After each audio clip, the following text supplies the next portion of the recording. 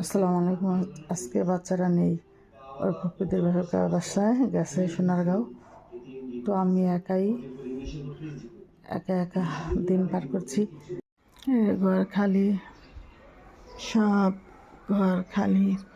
আমার ছেলে মেয়ে তো ঘরকে আলোকিত করে রাখে।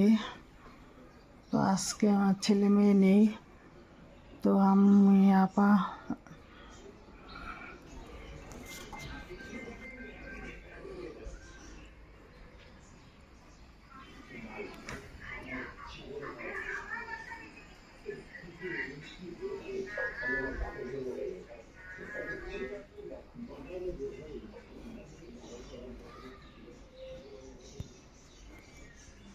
টেবিলে খাবার পড়ে আছে, সবাই খাওয়া হচ্ছে না, কিচ্ছুই না। আমি এমন ঘুম দিয়েছিলাম যে সন্ধ্যাবেলা উঠেছি।